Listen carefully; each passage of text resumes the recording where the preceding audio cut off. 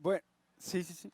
Bueno, les pido un aplauso bastante grande y prolongado porque esta charla nos parece muy necesaria en un lugar como Tamaulipas y como Tampico.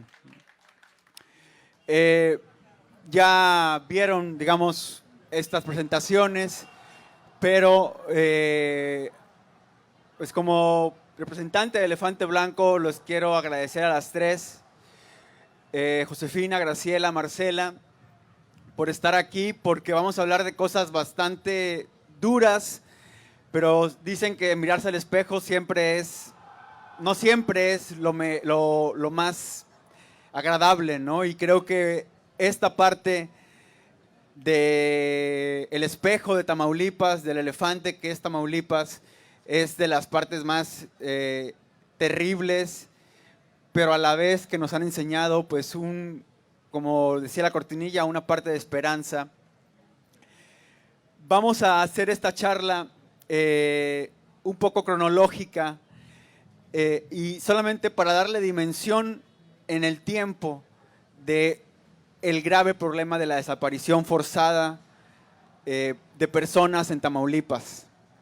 Eso que nosotros conocemos en el lenguaje popular del lo levantaron y que fue metiéndose también en el lenguaje que empezó a normalizar la violencia, no son levantados, son desaparecidos. Porque en el mejor de los casos era solicitado un rescate por ellos o por ellas, pero en la terrible situación y la más común es que no se habló para pedir dinero y no han aparecido. Y en ese orden cronológico, pues en 2010 ya Tamaulipas era un territorio totalmente cooptado por la violencia, y aquí quiero hacer el énfasis: la violencia sí de la delincuencia, pero también la violencia del Estado, que pensó que con más violencia iba a resolver el tema de la seguridad. Y en ese 2010 se dio a conocer la masacre de los migrantes, de los 72 migrantes en San Fernando. Y Marcela Turati, en ese entonces reportera de Proceso, del semanario Proceso, dio una amplia cobertura, viajó a Tamaulipas y abrió el ojo, digamos, de una temática que le empezó a doler primero a Centroamérica y después nos empezó a doler a nosotros, al México. Y preguntarte primero, Marcela, para ir en orden cronológico, y ahora les voy a decir, ahora vamos a ver por qué en orden cronológico, pero preguntarte primero, ¿qué recuerdas de esos años en que viniste a Tamaulipas y estaba esta emergencia de la masacre de los 72 migrantes y que al año siguiente escaló con las fosas también de San Fernando? Cuéntanos un poco de esa experiencia humana, pero también periodística. Gracias. Hola, buenas noches. Primero, gracias a Elefante Blanco por organizar este encuentro, y gracias Josefina y Graciela por permitirme compartir esta mesa. Bueno, en 2010 estábamos en la revista Proceso. Recuerdo que nos enteramos, como todos los medios, de los migrantes masacrados. En ese momento no viajé a Tamaulipas, pero empezamos un sitio web que se llamaba 72migrantes.com, que era una iniciativa de Alma Guillermo Prieto, en la que me volqué a ayudar a conseguir testimonios. Queríamos reconstruir quiénes habían sido cada uno de los 72, aunque nos fue muy difícil, todavía no se tenían datos y todavía en este momento hay 13 o 12 de ellos, 12 que no han sido identificados. Entonces, un escritor y un periodista, cada quien adoptó a uno de los migrantes y nos pusimos, no sé, nos dio mucha vergüenza, no entendíamos como todos, o sea, cómo fue posible esto. Y a los 7 meses y medio es cuando vemos que empiezan a encontrar las que llaman las fosas de San Fernando. En ese momento, en la revista Proceso, pues yo ya llevaba varios años cubriendo el tema de las desapariciones de personas, pues les pedí ir y llegué a Matamoros. Y siempre digo que mi alma se quedó ahí, en un retén en Tamaulipas, porque fue muy duro lo que todos vimos, ¿no?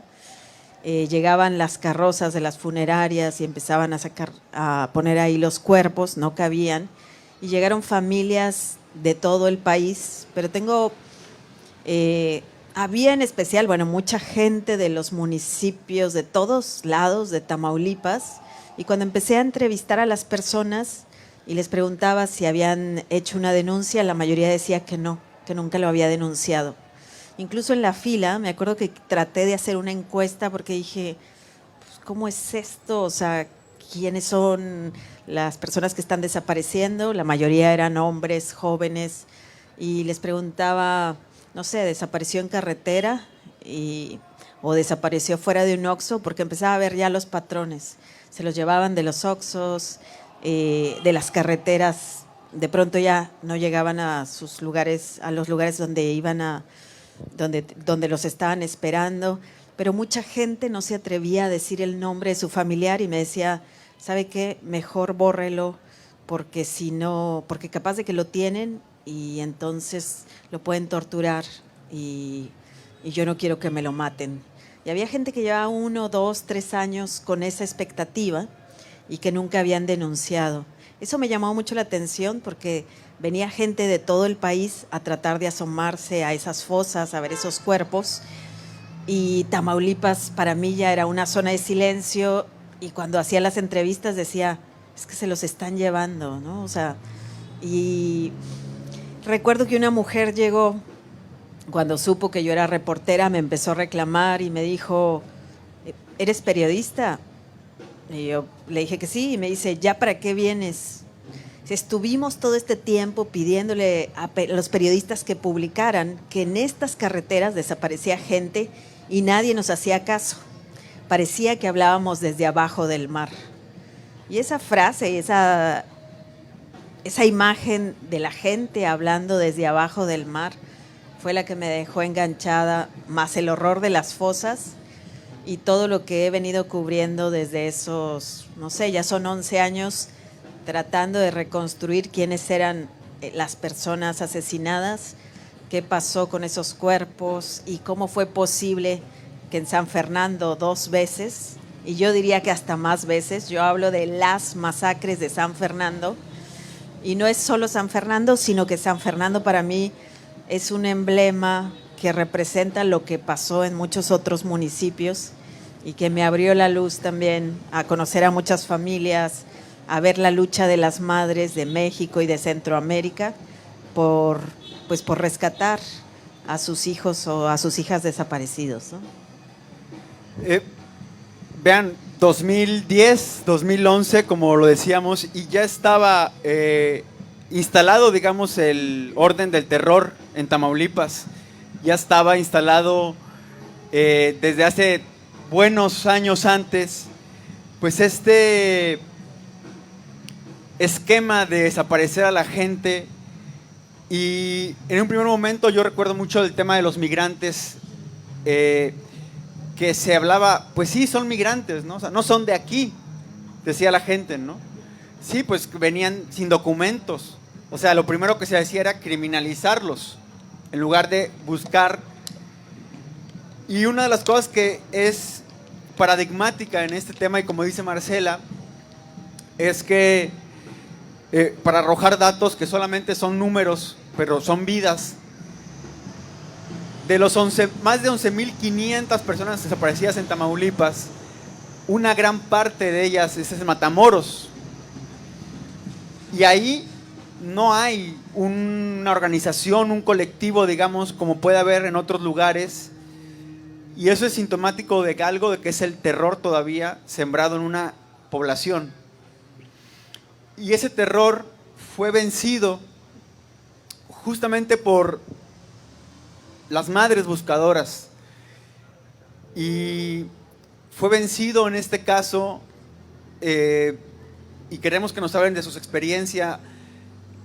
Justamente queremos hacer el énfasis en el buscar, porque creo que en los medios de comunicación se ha hecho ya mucho exhibición, a veces sin aportar nada de profundidad, de cómo puede desaparecer una persona. Pero lo que ahora nos tiene aquí es todo lo que hacen por buscar. Josefina, que nos cuentes un poco de tu experiencia buscando. Evidentemente va a ser tocar el hecho de desaparición, pero también pedirte eso, un poco, sí hablarnos de la desaparición de tu hija, pero también del tema de la búsqueda, de la búsqueda de tu familiar. Porque sí es muy importante, yo creo que hablar de esa persistencia, de no dejar de buscar y de organizarse, que es otro tema que yo creo que estaríamos tocando más adelante. Cuéntanos un poco de cómo empezaste en este camino. Sí. Bueno, buenas noches a todos y todas. Gracias por permitirnos estar aquí. Y bueno, yo soy mamá de Cintia Mabel Pantoja, aquí está. Ella desapareció el 22 de abril del 2012 en Ciudad Victoria. Tiene 9 años, 10 días, 9 años, 11 meses, 10 días. En este mes de abril van a cumplir 10 años. Es empleada de la Procuraduría, de la entonces Procuraduría General de Justicia, y estuvo en San Fernando. Justamente ahí podemos hablar de que, bueno, desde entonces las instituciones no tenían la capacidad para nada y todo el personal le entraba, ¿no? Desde el que tenía el puesto más abajo hasta el más alto. ¿Cómo es buscar en Tamaulipas? Pues ha sido toda un camino que nadie hemos deseado, nadie nos esperábamos toda la violencia que se vino, y una de las narrativas que se ha dicho desde el principio pues es que los desaparecidos pues desaparecieron por algo, ¿no? Andaban mal. Y justamente es una narrativa para justificar la incapacidad que se tiene cuando desaparece una persona. Cuando ella desaparece, yo tontamente, podríamos decir, yo jamás estaba involucrada en ninguna situación de nada que tuviera que ver con levantar denuncias, algo, no, nada de eso. Entonces mi pensamiento era de que yo iba a ir a poner la denuncia y pues la gente iba a salir corriendo a buscarla, ¿no? Era un error completamente, porque justo fui a hacer la denuncia y al terminar de hacer la denuncia les pregunté quién va a ir conmigo. ¿A dónde, señora? Pues ¿cómo que a dónde? Pues acompáñenme a buscar, ¿no? ¿Pero a dónde? Por eso, o sea, yo tengo más o menos alguna información de dónde desapareció, entonces por eso podemos empezar. No, en Tamaulipas nadie salía, absolutamente nadie. La vamos a buscar, vamos a enviar algunos oficios a hospitales, a centros, a todos lados los oficios, ¿verdad? O sea, detrás de un escritorio van a buscar. Entonces, yo en ese tiempo perdí, se puede decir, todo sentido de todo, ¿sí? Creo que nadie estamos preparados para ningún tipo de evento traumático y la desaparición pues no hay un nombre, no hay manera de poder describir cómo te destroza literalmente, ¿no? Te destroza todo, cuerpo, mente, espíritu, todo, en segundos. Entonces, pues no tenía ni 24 horas y salí a buscar. Y así me la pasé meses buscando. Y la autoridad solamente decía, señora, ¿ya encontró algo? Señora, ¿nos puede decir cómo va? Pues como que cómo voy, o sea, en ese tiempo la población realmente estaba en medio de una guerra, porque es una guerra. La violencia, el crimen autorizado, atacó a la sociedad. Ahorita sabemos que no hay persona, conocido, vecino que no sepa de algún desaparecido, algún asesinado, algo. O sea, esta violencia es generalizada. No porque no te haya pasado no quiere decir que estás exento de violencia, porque hasta en la vida cotidiana lo observas. Cuando vas a algún lugar a pedir algún trámite, algo, cuando vas manejando, o sea, se ha vuelto muy violenta la sociedad. ¿Por qué? No porque sean así, sino porque estamos inmersos en una sociedad violenta. Ha sido réplicas de esta violencia que se generó en aquellos años y bueno, era el 2012 y nadie salía a buscar. Así fue como empecé, realmente sin saber, porque aquí vas aprendiendo, no sabes cómo hacerlo, pero poco a poco vas aprendiendo a hacerlo. Fue hasta, no sé, un año después, en noviembre del 2013, fue que ya la autoridad empezó a buscar. Y a partir de ahí ya lo hizo de manera permanente, ¿no? Pero tuvo que pasar mucho tiempo.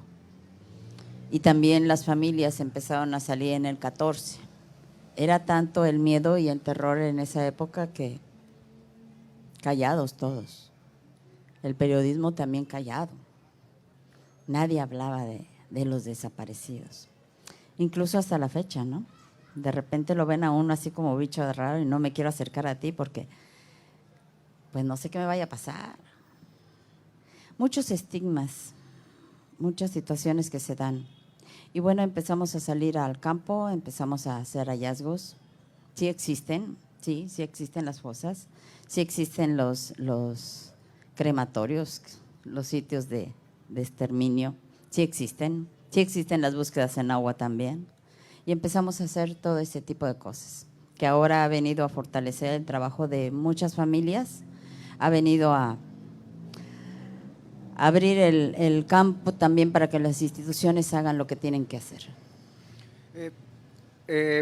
Josefina, muchas gracias por contarnos esta parte que es muy dolorosa, como les decía, y no queremos más que nos cuenten el inicio. Y Graciela Pérez también es otra de las buscadoras en Tamaulipas. Digamos que y aquí hacer como un paréntesis, como les decía, este abordaje, empezando con Marcela, después con Josefina, es un tema cronológico, porque así se dio. Marcela llega al reportear el tema de San Fernando 2010-2011, después pues trágicamente desaparecen a la hija de Josefina, y después vemos que este es un territorio de San Fernando, pero después al sur también estaban empezando el tema de las, bueno, no empezando, mejor dicho, continuando el tema de las desapariciones. Y Graciela, cuéntanos un poco de tu historia, pero más de tu búsqueda, por favor. Bueno, resumirlo en tan poco tiempo, ya van a ser casi 10 años. Y nosotros comenzamos un 14 de agosto del 2012, cuando 5 de mis familiares venían transitando por la carretera de Tamaulipas en un viaje de Estados Unidos hacia nuestra casa en San Luis Potosí, en la Huasteca Potosina. Venía mi hermano mayor, Ignacio Pérez Rodríguez, de 52 años entonces, su hijo de 19 años, 2 hijos de mi hermana, José Arturo y Alexis Domínguez Pérez, de 19 y 16 años, y mi hija, Milinali Piña Pérez, de 13 años, ciudadana americana, que había ido porque pues quería encontrarse allá con su papá. Y iban por un viaje de 4 días, ya venían de regreso. Y el 14 de agosto simplemente no llegaron a la hora que debían de haber llegado. Igual, como cuenta Josefina, pues no sabes qué hacer. No sabes cómo, ni a qué te enfrentas. En primera, porque las desapariciones, aun cuando se escuchaban y se oía lo de San Fernando, supimos que había inseguridad en Tamaulipas. Lo que nosotros decíamos, que veníamos del centro y que íbamos a recorrer solo la carretera, decíamos, bueno, no vamos a parar en Tamaulipas. Pero no sabíamos que ocurría también en las carreteras y que de las carreteras podían desaparecer. Y menos si venían en un vehículo 5 personas y nadie iba a saber nada. Así, simplemente desaparecieron. A la altura, supimos que a la altura de Ciudad Mante, Tamaulipas, porque resumimos quién habían llamado a la familia de los 5, porque estaba involucrada toda la familia. Y la última llamada que recibieron fue el hijo de mi hermana, y que dijo, a la altura, vamos por la altura a la altura de Mante, vamos por Mante, dijo. Nos vemos en casa de mi abu. La cita era en casa de los abuelos, mis papás, y ya estábamos ahí esperando a las 6:30 de la tarde del 14 de agosto que tenían que haber llegado. Buscar en Tamaulipas se convierte entonces, para nosotros ha sido como en tres fases. Primero, encontrar quién tiene que buscar. Darte cuenta que ¿qué autoridades primero? Porque cuando, como bien dice Josefina, no sabes quién tiene que buscar, no sabes de autoridades, no sabes de denuncias. Entonces, y más si no eres del Estado, pues mucho menos, ¿no? Y si más o menos la última llamada dicen que en un municipio de Mante que tú nada más usabas el libramiento para pasar y ni pasabas por Mante, solamente cruzabas, pues menos, ¿no? Entonces, esa definición de poder identificar hacia dónde dirigirte o con quién dirigirte fue el primer análisis que tuvimos que hacer. Ahora lo puedo decir así, pero en ese momento pues no sabíamos ni cómo reaccionar, estábamos totalmente desquiciados, todos. Todos opinábamos, todo el mundo sabía, o sea, todo el mundo decía que, pero es que no sabían que así estaba, que no sabían que las carreteras eran muy peligrosas. Pues sí, era un mito, o sea, prácticamente parecía como un mito. Cuando ocurre, te conviertes en investigador, te conviertes en Ministerio Público, te conviertes en todo lo que tenían que hacer las mismas autoridades, sobre todo cuando llegas a la Fiscalía del Estado y las mismas autoridades de alto nivel te dicen, ¿sabe qué, señora? Váyase con los militares o los marinos porque nosotros no vamos a salir a buscarlos. Te cae un balde de agua porque te das cuenta que nadie va a salir a buscarlos y te lo dicen en tu cara. Eso fue a los 9 días después del 14. Inmediatamente pusimos la denuncia y a los 9 días salimos al Mante. Bueno, una servidora sale al Mante porque pues toda la familia tiene miedo. Mi hija es mi única hija, no madre soltera, y pues realmente la que no había nadie quien esperara en su casa realmente era yo. Entonces todos decidimos, mis papás, mi mamá, denme permiso de irme porque nadie quería dejar a nadie ir. Y así es como iniciamos la búsqueda. Pero la búsqueda no es búsqueda todavía, es apenas poner las fotos de ellos. Pedir que en una cafetería, en una plaza, en un lugar ahí en Ciudad Mante te dejaran poner la foto de los tuyos, eso fue, no tienen idea de lo que significa eso, poner la fotografía. Ahora ya hasta hacemos volanteos en Mante y aquí en Tampico, hacemos volanteos aquí en la Plaza de Armas. Y no solo yo, todas las familias de nuestro colectivo. Eso es nuestro comienzo a buscar. Posteriormente te vas dando cuenta que son muchas familias, allí mismo en Mante, no nada más nosotros. Se van uniendo y se van uniendo y se van uniendo y te das cuenta que no nada más eres tú, que son un montón de familias que están en la misma situación. Y lo que nosotros empezamos a hacer es, en el 2012, a tratar de encontrar a dónde se los llevan. Porque en tu imaginación, que es mi imaginación es impresionante y tuve que controlarla mucho porque eso me estaba enloqueciendo. Yo me imaginaba un montón de cosas, me gustan mucho las películas y pues también las trasladaba mi imaginación a todo eso, eso es cierto. Y me imaginaba muchas cosas, pero muchas de las que nunca creí vivir fue enfrentarme en el 2012, en noviembre del 2012, a las primeras fosas clandestinas. Eso es ahí en Ciudad Mante. Eso es algo que a nadie se le desea y creo que es la razón por la cual nosotros estamos acá.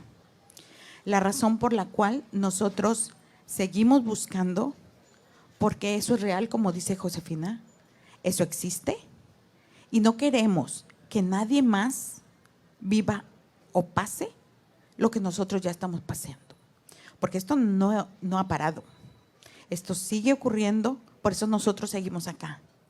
Y entendemos, y qué bueno, agradezco mucho a Elefante Blanco el que abra esta plaza pública, que podamos expresar y decir lo que realmente está ocurriendo en este estado, lo que ha ocurrido y lo que sigue ocurriendo, para que no bajen la guardia, por favor.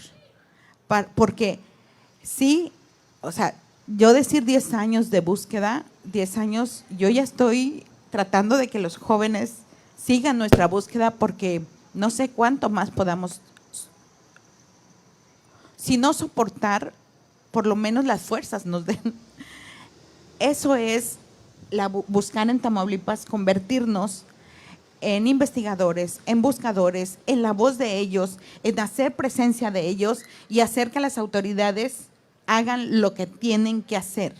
Porque si bien hemos sido criticadas porque vamos y hacemos las búsquedas y estamos ahí al pie del cañón, pero no dejamos que las autoridades se libren de sus responsabilidades. Porque a final de cuentas, sin ellos no podemos hacer que se judicialicen los casos. Por lo tanto, si queremos que haya justicia, yo antes ni siquiera pensaba en justicia, pensaba nada más en encontrarlos a ellos, porque es mi meta y siempre ha sido mi meta, ir al campo a encontrarlos porque no los voy a encontrar en otro lado. Sin embargo, tampoco quiero que se vayan sumando más personas.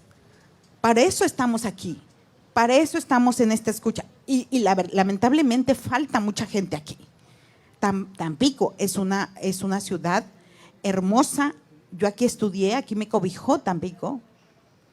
Y yo sé que hay muchos casos aquí, yo esperaría que hubiera muchas familias aquí instaladas también para dar cuenta de sus historias, pero aún nos falta mucho para hacer. Me queda claro. Entonces, buscar en Tamaulipas es no desistir, es seguir adelante, porque hay muchas familias. Yo tengo familiares, tengo sobrinas que yo no quiero que pasen por esto. Yo no quiero que a ninguno de los que, bendito Dios, no les ha pasado, como ustedes, como muchos de los que seguramente están aquí, que no le pase. Entonces, si yo ahorita puedo, y puedo expresarlo, y gracias por este foro para decirlo, es buscar hasta encontrarlos, pero también hacer algo para que deje de pasar. Un aplauso, por favor, un aplauso.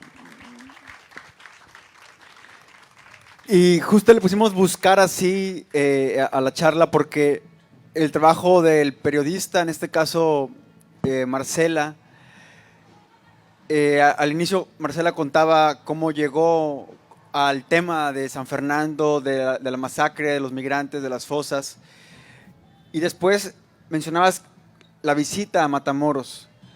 Y la pregunta directa es, ¿cómo es buscar desde el periodismo esa verdad, esa narrativa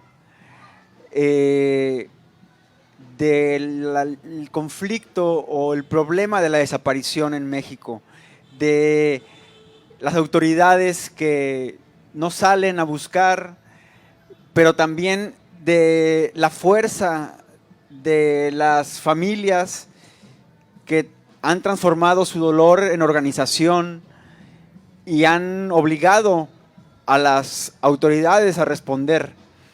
Eso es preguntarte, Marcela, ¿cómo es buscar eso otro, digamos?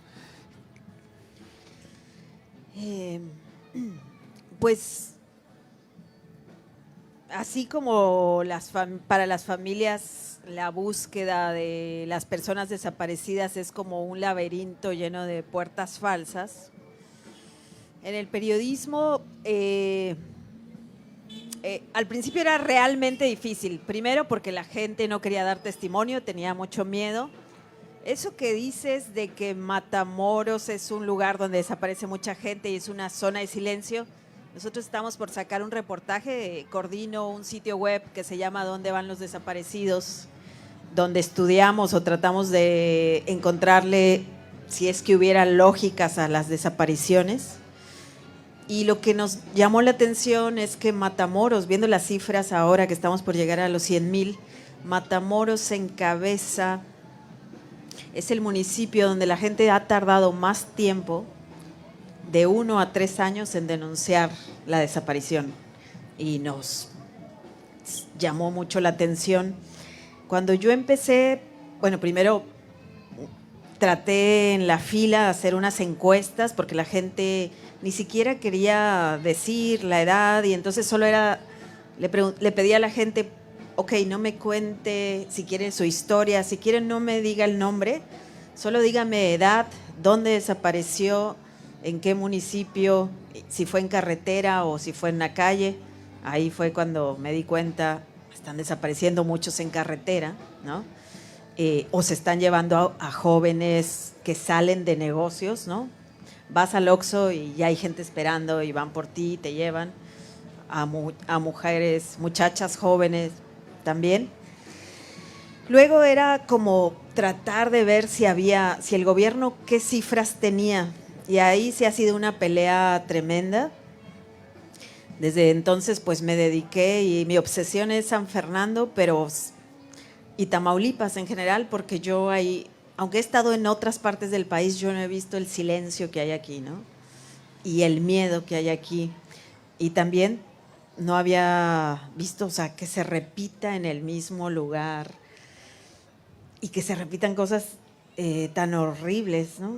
Entonces, primero fue tratar de ver si había listas, e incluso desde el principio el gobierno ocultó durante por lo menos 5 años. O sea, yo sabía que tenían una lista porque un periodista de la Ciudad de México me enseñó una lista que le pasaron en la PGR pero que él no me quiso dar, con la lista de los primeros 123 pasajeros de autobuses que la Procuraduría ya sabía que faltaba. Tenían foto y todo. Y esa lista nunca la hicieron pública como para cotejar, por ejemplo, con los cadáveres que salían en abril de 2011 en las fosas. Otra cosa que de inmediato notamos es que se decía que había 500 cuerpos y la Procuraduría dijo que eran 193 y dejó de contar. Y bueno, me he dedicado 10 años porque acabo de escribir un libro justamente sobre cómo fue posible que ocurriera lo de San Fernando o qué pasa en Tamaulipas. Entonces, o sea, lo que me quedó claro es que hay un operativo siempre por ocultar los cuerpos.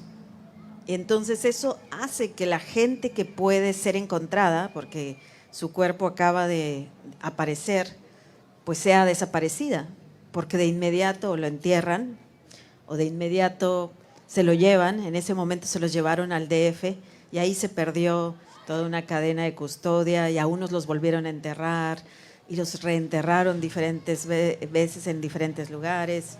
Otra cosa era, bueno, ¿por dónde más le rascamos? Pues por transparencia, viendo el censo, cuánta gente falta, pero es muy engañoso. Viendo el padrón electoral, se notaba ahí ya de un periodo a otro que en San Fernando faltaba mucha gente, pero mucha gente no se da de baja del padrón. Después, pues con un equipo tengo un sitio web, o bueno, coordino un sitio web que se llama Más de 72, que trata sobre que son más de 72 los, o sea, que eran muchos más, ¿no? Los que estaban, los que fueron desaparecidos o estaban en las fosas. Después era peinando los periódicos y tratando de ver los edictos judiciales donde el Estado ya declara tal persona no volvió, está desaparecido. Luego encontrar las bases de datos.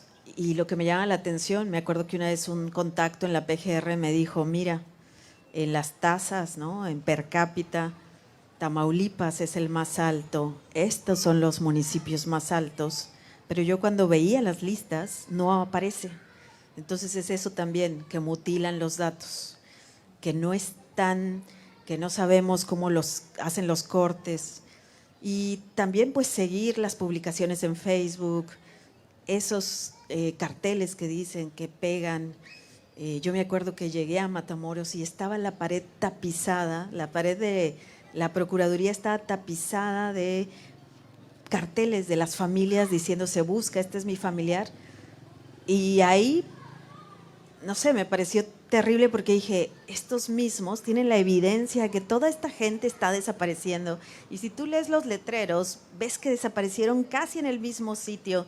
Desaparecieron la mayoría 2010, 2011 y 2012. Todavía algunos 2013 y todavía siguen desapareciendo muchos. Entonces, para mí también el tema era no solo cuántos faltan, sino y qué pasó, sino cómo fue posible. ¿Por qué si desaparecían sistemática y masivamente a la gente que viajaba en carretera o en ciertos municipios, por qué nadie previno? ¿Por qué nadie le dijo a los viajeros que no viajaran por ahí? ¿Por qué nadie desvió los autobuses? ¿Qué hizo el CISEN? ¿Qué hizo la Policía Federal? ¿Qué hizo el Ejército? ¿Dónde estaba la Marina? ¿Qué hizo la CNDH, que forma parte del encubrimiento? ¿Por qué la PGR no investigó si tenía los datos?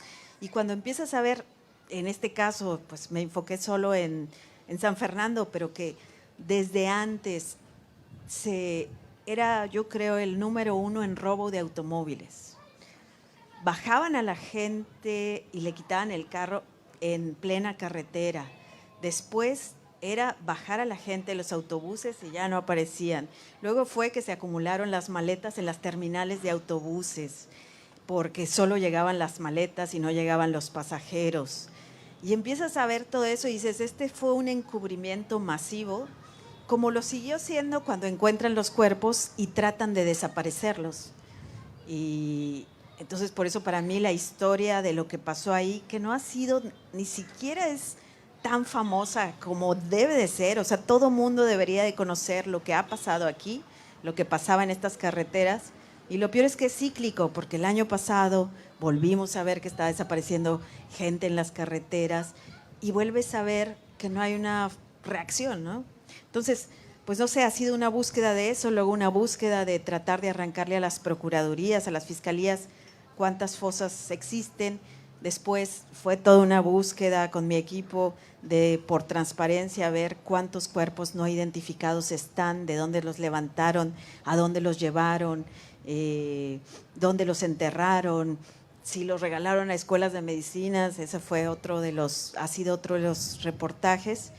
Y ahora también es, pues, cuántos han aparecido con vida, cuántos no han aparecido y todo, de qué edades, en qué municipios. Ahorita estamos en ese análisis de los datos para tratar de seguir dando al menos alguna pista que ayude a otros a buscar, ¿no? Que creo que la labor del periodista, que quizás podemos acompañar búsquedas, pero nosotros tenemos ciertas herramientas con las que podemos aportar a la información para que las familias puedan exigir y decir, aquí ustedes dijeron que había tantos cuerpos, o sea, enséñeme ese listado, no nos los borren y no nos los desaparezcan, ¿no? Justo lo que me mencionaba tanto Marcela como Graciela y Josefina, la diversidad de sitios en donde en Tamaulipas han desaparecido gente, sí en las carreteras, pero sí en la plaza, afuera del Oxxo, en fin, ahora sí que en un territorio completamente en donde cualquier lugar, cualquier esquina podía ser un sitio donde te privaran de la libertad y luego te desaparecieran. Pero también, al pasar de los años, las madres, las buscadoras y los buscadores han descubierto que los sitios de desaparición o los sitios donde pueden encontrarlos de hallazgos son muy variados. En el caso de Josefina de León, que fundó la Red de Desaparecidos de Tamaulipas, que es un ejercicio, yo lo creo así, de trascender el dolor, la lucha a lo colectivo y el miedo, hacerlo, el miedo, digamos, de enfrentarse con la barbarie de primera mano en las búsquedas. Josefina justo hablaba hace un momento, ¿no?, de que en estas búsquedas pues le toca que hay que buscar debajo del agua, que hay que llegar a donde de por sí la tecnología es, aunque tal vez a nivel mundial hay mucho, en México no, y en Tamaulipas menos. Y Josefina ha hecho un trabajo muy puntual en señalar que los cuerpos de agua en Tamaulipas son sitios donde puede haber hallazgos de cuerpos, en las llamadas fosas de agua. Quisiera, Josefina, que nos hablara sobre esa experiencia, digamos, a la que le has entrado, digamos, pues por decirlo así, con todo el amor que tienes por encontrar a tu hija, pero también a más personas que pudieran estar en esos cuerpos de agua en Tamaulipas, en donde, bueno, cuéntanos qué es lo que has encontrado y la importancia de estas búsquedas y las herramientas que se requieren para ese tipo de búsquedas. Sí, bueno, como dice Graciela, nos vamos encontrando con más familias, ¿no? Y aquí también entra mucho el tema de que estamos buscando a nuestros hijos, ¿sí? En este caso principalmente yo estoy buscando a mi hija, pero no puedes dejar a un lado de que existen muchísimas familias. En Tamaulipas oficialmente se está hablando oficial de 11.908 personas hace apenas unos días, pero bueno, sabemos también que hay alrededor de un 75, entre 35 y 75% de casos que no han sido denunciados todavía, tanto en el estado como gente de otros estados que ha desaparecido en Tamaulipas. Y también recordemos que es el paso obligatorio de muchas personas que migran, ¿no? Entonces, pudiera volverse ese 11,000 en una cifra mucho mayor. Y en ese sentido, bueno, nos vamos encontrando familias y también nos vamos encontrando narrativas de las familias que tienen confianza. Y entre esas narrativas, pues ha salido también el tema de las aguas, de cómo las personas las desaparecían y una manera de que pensaban que jamás los íbamos a encontrar, pues era lanzarlos al agua. Y en ese camino nos encontramos con información que nos ubicaba a varios puntos en la presa Vicente Guerrero y era muy recurrente. Entonces juntamos todo eso y ya logramos más o menos ubicar esos sitios con esas narrativas. Eso no está en los expedientes, está en las narrativas de las familias, que por eso son buenos los grupos colectivos y que las familias se acerquen a uno porque hay la confianza de poder hablar ese tipo de cosas. Y a veces, y con la autoridad no, definitivamente, porque todavía no hay la confianza, ¿no? Se tiene que trabajar mucho en eso. Y en ese camino, pues, realmente a mí se me hizo muy fácil decir, vamos a buscar, ¿no? Y sí, localizamos el punto inicial con el que empezamos a trabajar, lo localizamos inmediatamente, ¿no? Hicimos una prospectiva, ok, aquí es, bueno, vamos a venir a traer. ¿Qué vamos a llevar? No, pues vamos en una lancha y llevamos una cámara de pozo profundo que tiene la fiscalía. Va un familiar también, va el perito, va el Ministerio Público, va el que maneja la lancha y armamos igual que en los operativos un campo de seguridad con marina, con policía, tanto en tierra como en mar. Y sorpresa, luego un punto, ¿no? Luego un hallazgo. ¿Y ahora cómo lo sacamos? Porque el tema es que el hallazgo que logró captar la cámara estaba a 9 metros. Pero también empezó la cámara a moverse demasiado. Hacer una búsqueda en tierra ha resultado ya parte muy, ¿cómo podría decir? Cotidiano, ¿no? Buscar en tierra es una cosa distinta y buscar en agua es algo completamente distinto. Ahí comprendí que yo la regué. Me aventé demasiado que cuando ya llegué ahí dije, ¿y ahora cómo le hago? Pues empecé a buscar en qué otras partes de México se había hecho algo semejante, ¿no? O sea, buscar a ese nivel y poder sacarlo, porque ya lo habíamos encontrado y todo, pero ¿cómo lo íbamos a sacar? Porque en tierra hay un manejo, hay todo un protocolo que ahorita ya conocemos, porque en aquel tiempo que empezamos, pues no lo conocíamos. Pero ¿cómo poder sacarlo justamente, cómo documentar todo el hallazgo debajo del agua para, como dice Graciela, poder judicializarlo? Porque eso de que busco a mi familia y no busco culpables, eso no me aplica, ¿sí? Porque sí buscamos justicia. Tiene que haber una verdad de las cosas, tiene que haber una justicia y tiene que haber todo un proceso para que no le vuelva a pasar jamás a nadie. Y en eso trabajamos también. El tema es que aquí pues no encontré yo qué maneras existían más que a veces en norias o en canales muy pequeños o a la orilla de los ríos. Me fui a buscar en otros países y encontré por ahí algunos temas. Total que agoté hasta el Instituto de Antropología, Historia de la Ciudad de México, que ellos hacen búsquedas, pero ellos hacen búsqueda de otro tipo, ¿no? De historia. Entonces, me fui a la Ciudad de México y platicando con ellos, junto con la Comisión de Búsqueda y la Fiscalía, llegué allí y les platiqué, ¿verdad?, de lo que se necesitaba. Necesitábamos expertos, necesitamos todo un material que nos dijeran todas las partes que ocupábamos y cómo era posible poder buscar en el agua y rescatar aquello que encontrábamos en el agua para que quedara debidamente hecho. Porque la idea de aquí de Tamaulipas era de que me aviento, lo agarro y lo saco. Pues no, no queríamos así.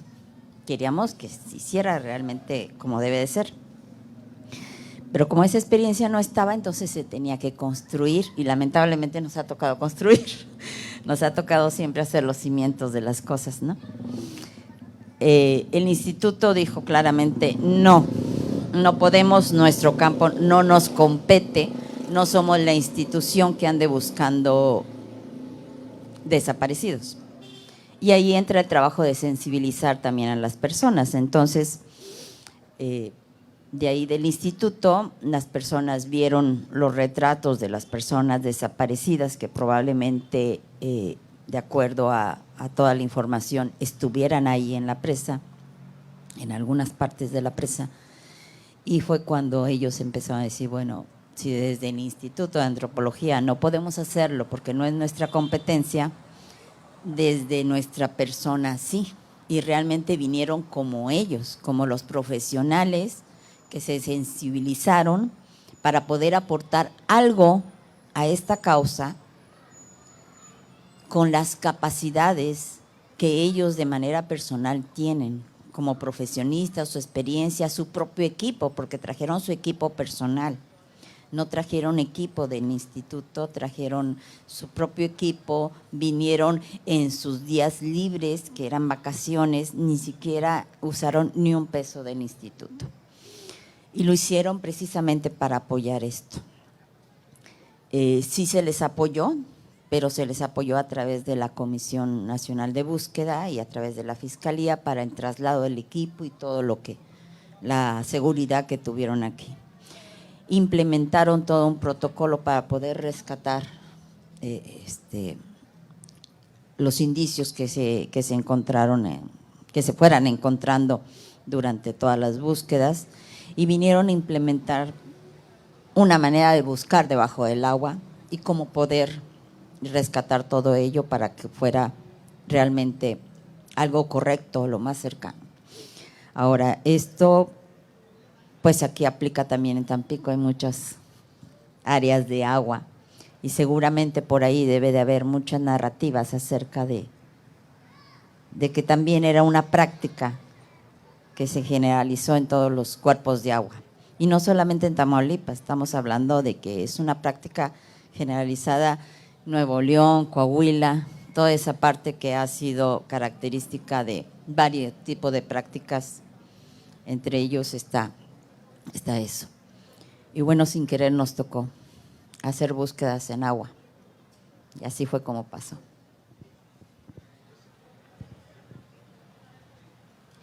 Como lo menciona Josefina, bueno, es complejo, digamos, las búsquedas en agua.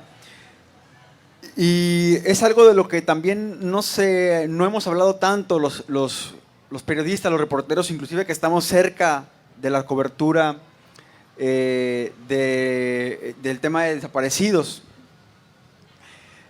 De lo que el año pasado fue ya público, reconocido, y que también nos espantó, pero lo sabíamos.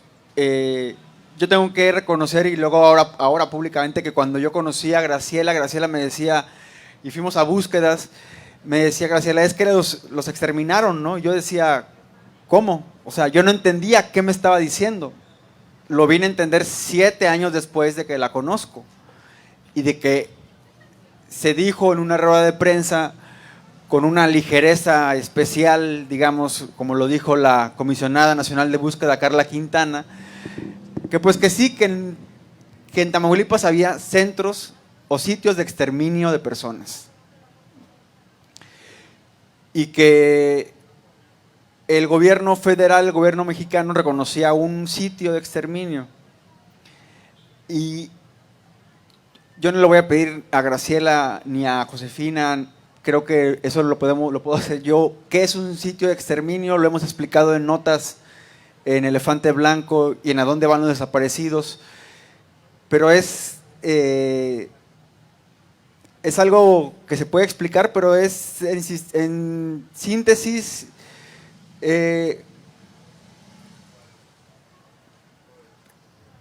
por ejemplo, a mí la imagen que me vino cuando de las primeras veces que fui fue cuando de niño iba a la playa y encontraba en la orilla de la playa esos tipos de conchitas ya rotas, pero rotas por el mar y desgastadas por el mar. Y eso es lo que las madres encuentran. Y encuentran y saben que son personas. En esos sitios de exterminio de personas que incluyen diferentes tipos de prácticas, como decía ahora Josefina, ¿no? Hay un territorio en el que se establecieron ciertos tipos de prácticas de cometer asesinatos, de desaparecer a las personas, pero ya cuando hablamos de exterminar es de no dejar rastro de las personas, de borrar el delito, porque es que sin cuerpo no hay delito. Y eso es en el fondo lo que se buscaba, y insistir, se buscaba en un contexto de violencia que era ejercido tanto por el gobierno, por el Estado, como por la delincuencia. Graciela, así como Josefina decía, nos tocó crear un protocolo de búsqueda, una experiencia de búsqueda en el agua. Pues Graciela le tocó generar un protocolo de búsqueda en sitios de exterminio, porque en Tamaulipas los últimos reportes es que hay 43 sitios de exterminio de personas.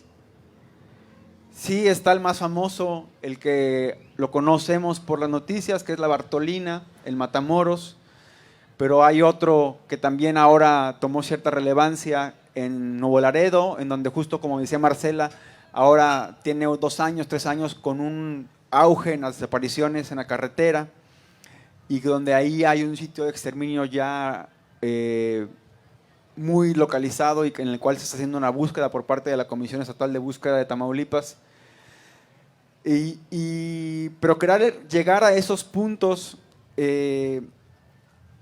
han sido las madres que han llegado a esos puntos a darles nombre a esos lugares de sitios de exterminio, y trascender el dolor, la incertidumbre, la imaginación, como dice Graciela, y generar un conocimiento para la posteridad, porque eso va a quedar para, ojalá ya no haya más desapariciones, pero va a quedar como un conocimiento, es de mínimo que debemos agradecer toda la sociedad. Graciela, cuéntanos un poco de eso, de cómo se decidió en Milinali Red, que es el colectivo que Graciela fundó y donde hay víctimas de la región de Tamaulipas en general, específicamente un poco más de la región del Mante, Jicotenca, Tocampo, Tampico, en fin. ¿Cómo se generó este protocolo de búsqueda que habla de algo tan terrible como es que personas exterminaran a otras personas? Bueno, nunca creímos que teníamos que escribir eso, pero después de pues ya casi 10 años, el año pasado, fue en la pandemia, en el 2020, cuando concluimos este protocolo estandarizado de búsqueda ciudadana en sitios de exterminio, y fue a raíz de tratar de compartir con nuestros compañeros homólogos, igual que buscan en campo, para cómo lo hacemos en Milinali Red, y compartir con el resto que sabemos que también buscan en campo, y me refiero al campo abierto, sea en agua, en tierra, en manglares. Ahora sé en muchos lados cómo buscan en distintos lugares del país, con compañeros y compañeras colectivas que lo hacen igual. Pero escribirlo fue para documentar un mucho.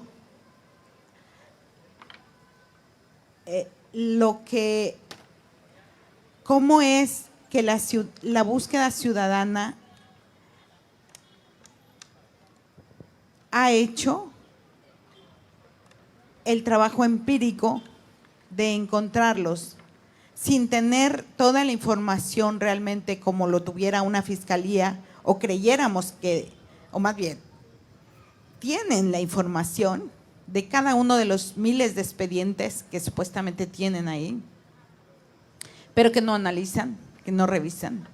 Entonces, en nuestra experiencia nos dedicamos a ver y mostrar cómo desde la ciudadanía podemos intervenir en estos sitios. Porque bueno, nosotros comenzamos primero encontrando los sitios, porque no es fácil. Muchos dirán, no, pues la tecnología, ya existe un dron, ya existe la coordenada, ya con eso llega rápidamente. Ni teniendo una coordenada, así, puedes llegar rápidamente. Por ejemplo, si un sitio está en una montaña o en una sierra, o sea, si le buscas el círculo, ¿por dónde entras? Si es una montaña. O sea, si es mero arriba o es un lado, o sea, ¿de qué lado vas a entrar? ¿Sí? Encontrarlo es primero hacer la prospectiva ciudadana. Entonces, describir todo eso, como lo hicimos nosotros, como fuimos primero nosotros para dar con el lugar, eso había que redactarlo, porque vienen más familias queriendo hacerlo. O sea, ya es una necesidad de las mismas familias que se van uniendo a nosotros y que dicen, ¿cómo llegamos a hacerlo? Entonces, llegó un momento en que ya estábamos en 4 sitios de exterminio y que nos teníamos que dividir. Entonces, hay que, pues, compartirlo. Y realmente fue interno. O sea, realmente fue para nosotras mismas poderles decir, miren, bueno, pues para hacerlo, miren, primero hay que hacer esto, primero hay que buscarlos, ustedes con la información que ya tienen, bueno, hay que ir primero, ubicar el lugar, no decirle a nadie porque luego o sea, lo destrozan o lo deshacen porque nos ha pasado, ir con la fiscalía, agendar una cita, este tipo de cosas lo pueden encontrar en la página de Milinali Red. Ya aprovechando el comercial, www.milinalired.org. Este protocolo así nació para describir lo que como ciudadanía podemos hacer interviniendo, porque las fiscalías, los ministerios públicos, los expertos dicen que nosotros no podemos intervenir. Pero a final de cuentas, a quien le interesa es a nosotros.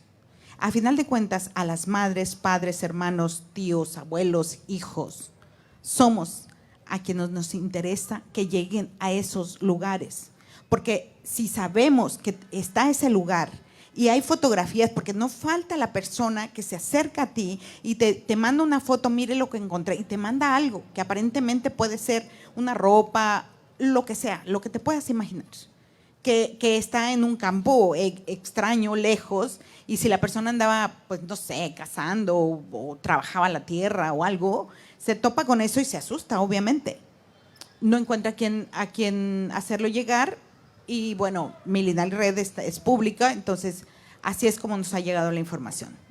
Así es como fuimos escribiendo el protocolo para nosotros poder decirle a las familias que tienen el derecho de participar en las búsquedas ciudadanas y cómo es que nosotros podemos agendar para ir hasta esos lugares, porque hay que llevar de la mano a las fiscalías hasta la fecha. ¿Sí? Hasta la fecha hay que ir, sí, hay una participación, sí, hay una coordinación, sí, pero hay que llevarlos de la mano, porque si bien ha habido un avance, ha habido ya una Comisión Nacional de Búsqueda, hay una Comisión Estatal de Búsqueda, hay toda una equipo multidisciplinario que pudiéramos decir que ha avanzado en por lo menos en esta administración, no significa que este número de 11,000 carpetas, yo diría que son, porque ni siquiera yo diría que son desaparecidas, son más bien carpetas de investigación que tiene la Fiscalía, pero el número de familias es impresionante que está implicada en cada una de estas búsquedas y todas quieren ir. Entonces, hacerlo lo hemos hecho como colectivo es como nos unimos para hacerlo, y la búsqueda, las estrategias, la forma, las técnicas de hallazgos en los lugares totalmente es diferente. Sí en cuerpos de agua, sí en tierra, sí en todo. Ahorita estamos, por ejemplo, aquí en un sitio, yo le digo aquí en Tampico, pero no es en Tampico, es aquí en Pueblo Viejo, en unas islas. Y el contexto es completamente diferente, es en tierra, pero, y me llamó mucho la atención lo que mostraste de la playa y las conchitas, pues ya lo hacemos. Buscamos entre conchas, porque ahí no hay tierra, ahí son conchas. Y entre las conchas, así como dices que brillan, también brillan los huesos, porque allí los hemos encontrado. Entonces, me sorprendió mucho que una persona que nos acompañaba nos dijo, pero ¿cómo es que llegaron aquí, Graciela? ¿Cómo es posible? O sea, esto es recóndito. O sea, es impresionante porque hay que tomar una lancha para poder llegar, hay que subir las cribas, hay que subir todo, las sillas, todo el material, las cubetas. Hemos inventado cómo hacer las cribas, ya no son las cribas normales, ya tuvimos que inventar otro tipo de cribas, otra compañera se le ocurrió otro tipo, más fácil, más ligero, ya no tienes que llevar tanto peso, incluso mis compañeras aquí que están presentes me han acompañado y bueno, qué ropa incluso tienes que llevar porque te agarra el agua y este fresquecito allá, hijuela, te pega el frío, llegas con la garganta casi. Entonces, todo eso hay que escribirlo, todo eso es necesario que lo escribamos para las familias que quieren seguir buscando, ¿sí?, este protocolo que no existe en ningún lado, que si la fiscalía o las fiscalías o la comisión o quien sea puede decir, nosotros tenemos nuestros propios protocolos, pero son protocolos legales en el que nosotros no estamos incluidos, en el que las familias no estamos incluidas. Si en la Comisión Nacional de Búsqueda, en el protocolo homologado, de alguna manera quedamos ahí integrados, fue a base de que nosotros estuvimos duro y dale para que nos incluyeran, porque si no, no nos iban a incluir. Y hay búsquedas generalizadas y búsquedas individualizadas. Entonces, eso hubo que hacerlo nosotros. ¿Por qué? Porque nunca nos quieren a un lado. El día que las fiscalías, la Comisión Nacional, Estatal, lo que sea, institución, que haga las búsquedas como debe de ser, ese día las familias vamos a dejar de ir a las búsquedas, pero solo ese día. La verdad no ha pasado, por lo menos en los 10 años que tengo de búsqueda. Gracias. Para cerrar, un aplauso para Graciela, para Josefina, para Marcela. ¿Algún comentario, alguna pregunta de quienes están aquí abajo de la audiencia? A ver.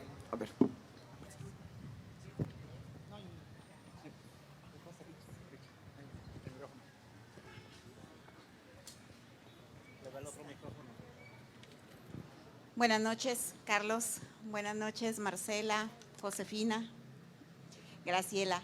Una pregunta. ¿Cómo va el avance del Centro de Identificación Humana en Altamira? Se había dado a conocer que estaba en una primera etapa, sin embargo, no tuvimos información oficial de las autoridades de cómo va. Y lo que usted mencionaba de la pandemia, estos 2 años de pandemia, ¿cuánto se retrasó el proceso de búsqueda de desaparecidos en Tamaulipas? Bueno, una de las cosas que a través del tiempo, bueno, de hecho todo, como dice Graciela, realmente lo que hay ahorita ha sido por las familias. Sí, las familias han venido a empujar todo esto tanto a nivel nacional como estatal.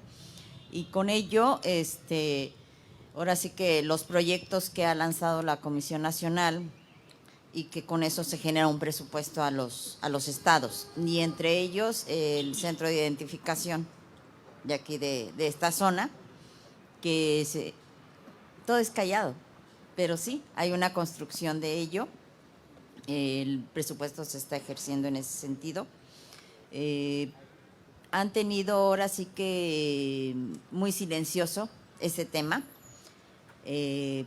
Están los 2 panteones también que todavía no están funcionando, están ahí, pero todavía no están. El de Mante y el de San Fernando. Y la idea es que en este año se exhumen los cuerpos de Mante, de San Fernando, y que para el próximo año, era algo que estaba comentando hace rato con personas de aquí, pues empujen, ¿no? Empujen para que se garantice realmente un presupuesto para el siguiente año para el centro de identificación, ¿no? Esperemos que sea una realidad. Uh-huh. Sí, si me permiten, yo quiero aprovechar tu pregunta y qué bueno que lo mencionaste, y es algo más bien que yo externaría, como bien dice Josefina, pues aparentemente está siendo ejercido algo, ¿no? No sabemos, no nos han invitado a ningún informe, sé que se está construyendo igual que Josefina. Yo sí he preguntado y lo que me dicen es que sigue en construcción, pero ahorita como que se vienen tiempos difíciles por el cambio de las elecciones y todo eso, o sea, hasta donde sé, yo incluso lo pregunté al fiscal general, y tiene que ver con recursos, tiene que ver con la nueva legislatura, incluso también habría que, ahorita aprovecho este espacio para pedirle a la legislatura, a la nueva legislatura, que mire ese recurso, si es que no lo ha liberado, que lo libere, y si no lo ha considerado, pues que lo considere, porque las familias no vamos a soltar y no vamos a dejar que por cambios administrativos, por cambios en los gobiernos, nosotros, quienes hemos empujado estas obras, si bien no queremos que se conviertan en elefantes blancos, que se queden ahí perdidos por cuestiones políticas, porque tiene que ver con algo tan noble, tan sensible, porque se trata de personas, se trata de familias que queremos tener la certeza ya de qué hay en todos esos panteones, fosas comunes, en los CEMEFOS. ¿Qué hay ahí? Eso es lo que nosotros queremos, y esperamos que este llamado a la actual legislatura, al presidente, porque me ha tocado en la administración, en la legislatura anterior, y creo que tú estabas, Josefina, que estuvimos con el presidente anterior, ni recuerdo el nombre, la verdad, pero sí. No sabía absolutamente nada, parecía que él estaba hablando de otro país. Entonces, yo esperaría que ahora que si tuviéramos la oportunidad de hablar con ellos, pues que sí supieran bastante el tema, y que por lo menos nos dijeran que efectivamente está asignado un recurso suficiente para concluir o por lo menos lo que le toque, tanto para la operación de los panteones de Mante y San Fernando, que siguen sin operar, y el centro de identificación, que se concluya. Gracias. Sí, un comentario más y cerramos aquí con Marcela. A ver. Muy buenas noches, doña Josefina, señora Graciela, Marcela Turati. Ya lo han mencionado ustedes han iniciado con esta búsqueda, ustedes han encontrado, ustedes han ido a diversos lugares, pero ¿cuál es el avance que hay en cuestión a la identificación de estos restos que ustedes han ahora sí que ido a buscar de familias de diversas personas que pues a lo mejor que ni siquiera están en los registros de desaparecidos? ¿Cuál es el avance que hay por parte de las autoridades? ¿Es significativo o qué ha hecho falta para continuar con este trabajo que ustedes ya han iniciado? Hablar de la desaparición de personas no es solamente de que desaparecieron y no sabemos dónde están, es algo muy complejo, va más allá de toda imaginación, de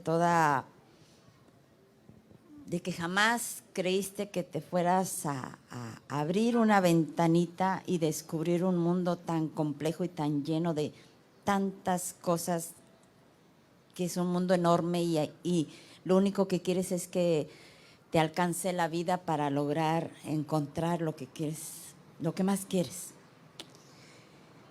Se habla de una cifra oficial de más de 53,000 cuerpos en todo México que están sin identificar. Si le haces un razonamiento ahí medio matemático, quiere decir que la mitad de los desaparecidos probablemente estén ahí. En Tamaulipas oficialmente se habla de 3,700 y pico, aparentemente. Pero también hablamos de, por ahí lo encuentran también, voy a aventar un gol, en la página de www.desaparecidostamaulipas.org. También hay por ahí una reflexión, memoria de una doble desaparición, que habla precisamente de toda una base de datos que llegó por ahí y que pudimos desmenuzar y que no son 3,000 y que es un desorden completamente. Y todos los hallazgos, por ejemplo, los sitios de exterminio que menciona Graciela, todas las fosas que se han encontrado desde San Fernando, todas las demás fosas que se han encontrado, todos esos restos que a veces no están completos, porque no te creas que a veces encontramos una osamenta completa, a veces está incompleta. Todo eso ha sido un gran rezago, ¿sí? No solamente en Tamaulipas, en todo México. Y ha faltado mucho, sí, ha faltado mucha voluntad política, porque pues al que le hace falta sale a buscar, como nosotros. Y el que no, pues es político, ¿no? Pero también los políticos, como que si no les ha caído mucho el 20 de lo que significa esto para las personas. Si supieran, si sintieran realmente y se pusieran en los zapatos de las necesidades de las familias,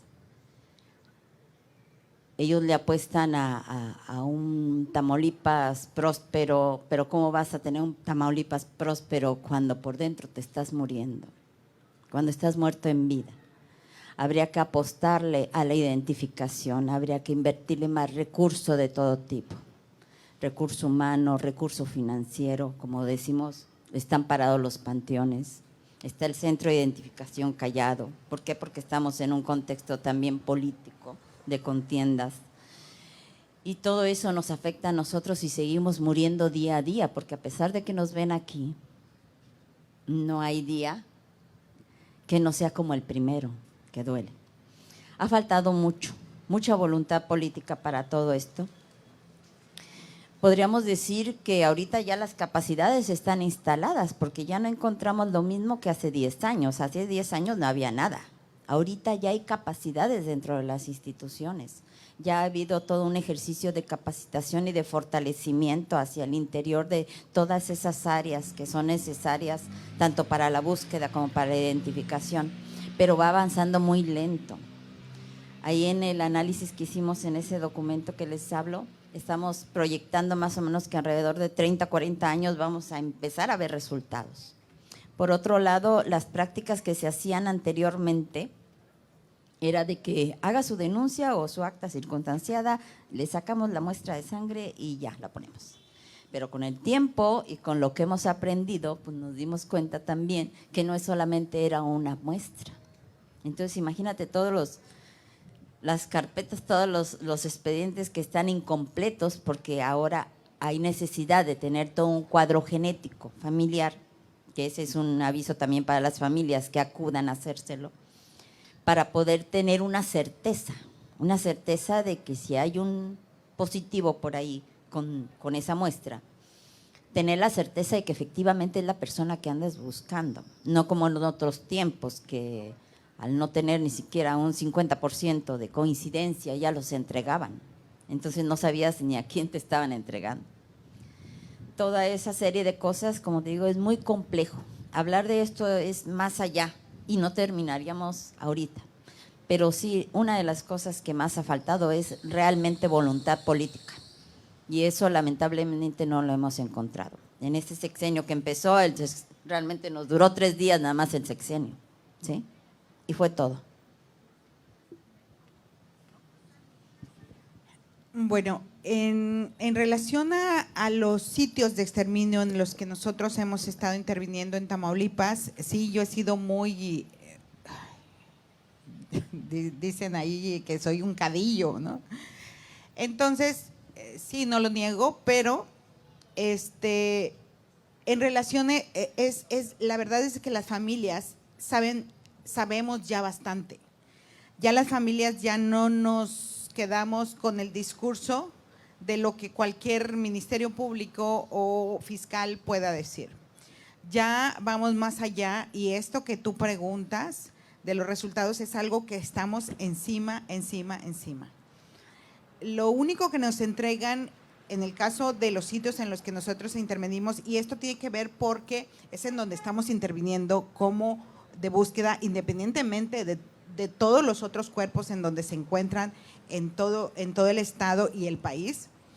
Pero un ejemplo te doy nada más, es un cuadro donde dicen el dictamen que hicieron de todo eso que se encontró. Se está construyendo un catálogo de prendas, por ejemplo, porque antes ni las prendas se querían llevar. Antes no se querían llevar ni los montículos en estos sitios de exterminio. ¿Por qué? Porque pues eran carbones.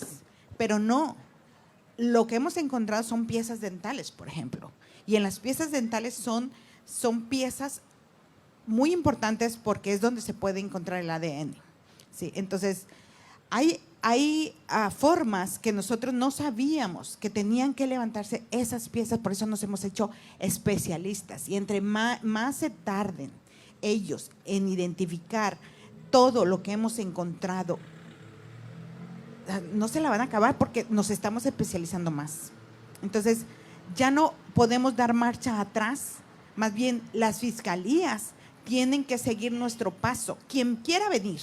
Por eso a nosotros ya ni nos importa a quién pongan arriba, a quién sienten en la mesa, ¿sí? Porque el que se siente tiene que estar al nivel de lo que las familias ya conocemos, porque nosotros sabemos qué estamos exigiendo, sabemos qué es lo que queremos, sabemos cómo es una identificación forense, qué necesita un centro de identificación forense. Hoy precisamente el mecanismo extraordinario de identificación forense está en San Luis Potosí, en el nuevo centro de identificación.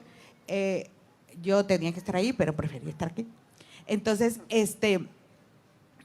pero es algo que las familias vamos a exigir. Se va a tardar, sí se va a tardar, y eso es lo que tenemos que ir entendiendo poco a poco, porque pero si nos tardamos en denunciar, si nos tardamos en que empezaran a buscar, si nos tardamos en que las fiscalías entendieran que se necesitaba una Comisión Nacional de Búsqueda independiente de la Fiscalía del Estado, que entendieran que los ministerios públicos tenían que estar especializados para eso, porque a mí me mandaban con un ministerio público y decían,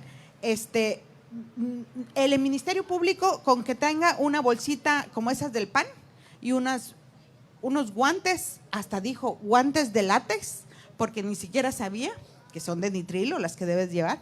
Entonces, con esos guantes que ella tiene capacidad para levantar. Por eso hubo tantos errores en los levantamientos cuando iniciamos nosotros. Entonces, todo eso nosotros ya lo estamos exigiendo, pero nos estamos tardando, lamentablemente. Por eso es de que nosotros insistimos en que las familias, todas las que nos siguen los pasos, dejemos por lo menos estos escritos, porque no va a haber en ningún lado.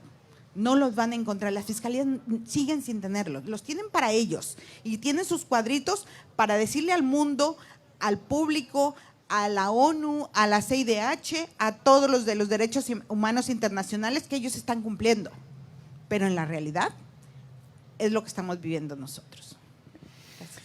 Pues nada más para cerrar, de toda esta historia que hemos visto, Marcela, estás por presentar, por publicar un libro de toda la historia que ha pasado en San Fernando. Brevemente que nos cuentes. Agradecerle a las tres, vamos a hacer un enlace ahora para la siguiente charla que va a ser breve, pero cuéntanos, Marcela, de este libro que estás por publicar, que es producto, si no me equivoco, de un premio, ¿verdad?